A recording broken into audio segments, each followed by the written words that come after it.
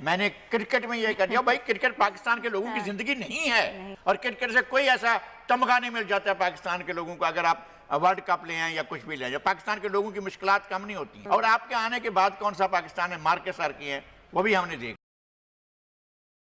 इस तरह की बातें वज़ीर आज़म की जानिब से की गई, जिस तरह के अल्फाज का चुनाव वज़ीर आज़म ने किया, बीइंग अ प्राइम मिनिस्टर, आपको लगता है कि इस तरह के अल्फाज उन्हें इस्तेमाल करने चाहिए थे?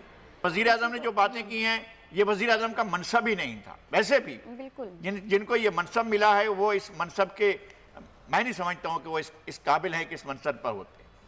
बहरहाल वो इस मुल्क का मुकद्दर है, इस मुल्क के लोगों का नसीब ऐसा है, इस मुल्क के लोगों की बदकिस्मती ये है कि सियासत में कैसे कैसे लोग आ गए और वो अब भी वहाँ पर हैं। दो जगह हैं जहाँ पर उनकी सुई अटकी हुई है कि मैंने क्रिकेट में ये कह दिया भाई क्रिकेट पाकिस्तान के लोगों की जिंदगी नहीं है, पर गॉड से नहीं है पाकिस्तान के लोगों की जिंदगी क्रिकेट। और क्रिकेट से कोई ऐसा तमगा नहीं मिल जाता है पाकिस्तान के लोगों को। अगर आप वर्ल्ड कप ले आए या कुछ भी ले आए, पाकिस्तान के लोगों की मुश्किलात कम नहीं होती हैं। ये एक खेल है और खेल में हार जीत होती है, कोई बात नहीं है। और आपके आने के बाद कौन सा पाकिस्तान ने मार के सर किए हैं वो भी हमने देख लिए हैं। और दूसरा, मैंने शौकत खानम अस्पताल बनाई है, भाई आपने बनाई है यार, और लोगों ने नहीं बनाई। बहुत से इदारे हैं पाकिस्तान में जिन लोगों ने जीरो से शुरू किया और ऐसे फलाही इदारे कायम किए हैं कि आप उसका कोई सोच भी नहीं सकते। क्या किस तरह किया सैलानी वेलफेयर ट्रस्ट ने, किस तरह इतना बड़ा नेटवर्क बनाया, किस तरह से आलमगीर वेलफेयर ट्रस्ट ने इतना बड़ा वो बना दिया, नेटवर्क बना दिया है, किस तरह से छिपा की एम्बुलेंसें चल रही हैं पूरे शहर के अंदर, पूरे सूबे के अंदर और हर जगह पर चल रही हैं। तो ये लोग बड़ा काम करने वाले हैं, उन्होंने तो डायरेक्ट लोगों को सर्विस किया है। आपके अस्पताल के बारे में हम कोई बात नहीं करना चाहते, आपने तीर मार दिया, आपने पाकिस्तान के लोगों का बड़ा मसला हल कर दिया। लेकिन इसका मतलब ये नहीं है कि आप उसको अपने सियासी माइलेज के लिए इस्तेमाल करें, ऐसी कोई बात नहीं है, नहीं होना चाहिए इस तरह का। आम आवाम का मसला तो महंगाई है ना। बिल्कुल, आम आवाम पिस रहे हैं, इस दौर में पिस रहे हैं और कहते हैं अच्छा ये होता है तो डॉलर महंगा हो जाता है, डॉलर महंगा हो जाता है तो रुपया सस्ता हो जाता है, रुपया सस्ता होता है तो चीजें महंगी हो जाती है। भाई रुपया सस्ता हो गया था इस कीमत पर तो रुपया 1.5 साल पहले हो गया था, कीमतें तो अब बढ़ रही है, तो उसके असरात अब जाकर पड़ेंगे क्या? असर अभी कीमतें जो पिछले 2 महीने में 3 महीने में आटे की, सब्जी की, हर इस्तेमाल की अशिया की सारी कीमतें बढ़ी हैं। तो इसमें जो है आपने कोई बड़ी साइंस बता दी, हमें रॉकेट साइंस बताइए जनाब वजीर आजम ने कि जनाब यूं जब डॉलर बढ़ता है तो यूं जब रुपया कम होता है तो फिर इस तरह से बड़ा हो जाता है। भाई ये रॉकेट साइंस हमें पता है, हमें ना समझाएं ये रॉकेट साइंस। और जो जुबान इस्तेमाल की गई है भाई नवाज शरीफ साहब पर, उनके अंदाज पर, उनके सियासी तर्ज अमल पर मैं खुद बात कर चुका हूं और मैं समझता हूं कि उन्होंने ठीक नहीं किया, पाकिस्तान के अवाम की जमहूरी जद्दोजहद को नुकसान पहुंचाया है। लेकिन जो इनकी जुबान है, सुबहान अल्लाह, क्या वो ये समझते हैं क्या कोर्ट्स को कोई डिक्टेशन दे सकता है? जनाब चीफ जस्टिस को मुखातिब करते हुए आप उनको कह रहे हैं कि जनाब ऐसा करो, वैसा करो, यूं करो, ऐसे कर दो, ये क्या बात हुई?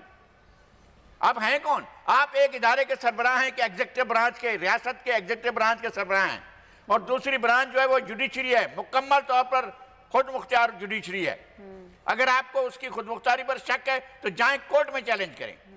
अगर आपको चीफ जस्टिस साहब की कारकर्दगी पर कोई इतराज है तो आप उस फोरम पर जाएं।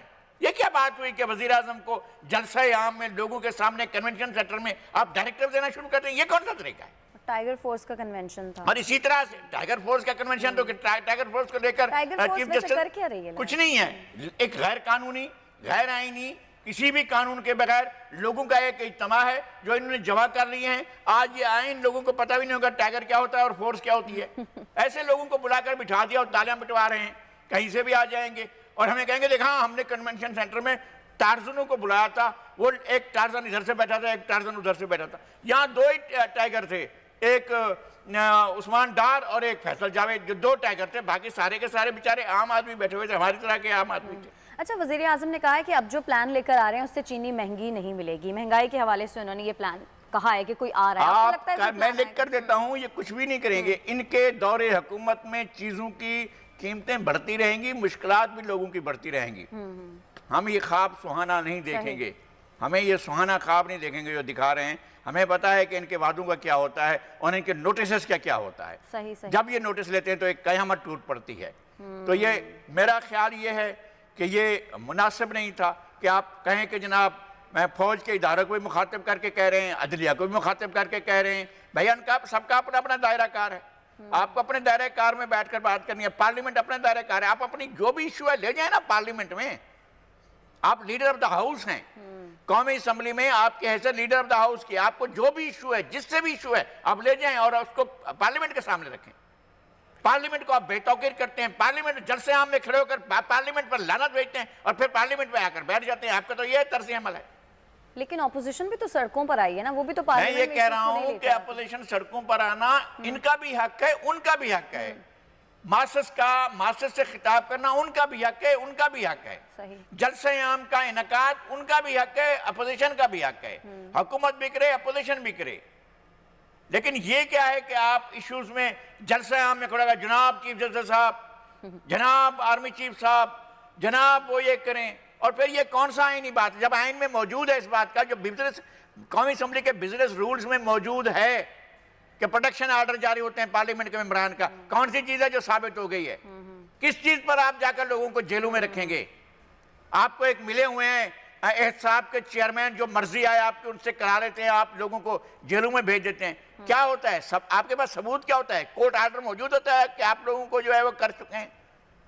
नहीं, लोग जेलों में पड़े रहते हैं। बाद में कोर्ट के जब ऑर्डर आते हैं तो आप भी शर्मिंदा होते हैं, हम भी शर्मिंदा होते हैं। जो ख्वाजा साद रफीक पर उनके केस पर जो सुप्रीम कोर्ट ने जजमेंट दी थी, हम अब तक शर्मिंदा हैं कि किस तरह के एहतसाब हमारे यहाँ हो रहा है। सही, ठीक है। ये तरीक़ाकार नहीं होना चाहिए। इदारों को मुखातिब करना जलसे आम में, आप कोई कौमी हीरो नहीं है भाई। क्रिकेट के कब जब हुआ करते थे, साथ में आप विलन हैं और लोगों ने आपको देख लिया है, लोग आपको पहचान चुके हैं। ऐसा नहीं है कन्वेंशन सेंटर को भर देना और फिर खुश होकर कहना कि जी मैंने क्राउड को खिताब कर दिया। लोग अब जिंदगी अपनी तंग आ चुके हैं, बिल्कुल है। लोगों का जिंदगी गुजारना मुश्किल हो रहा है।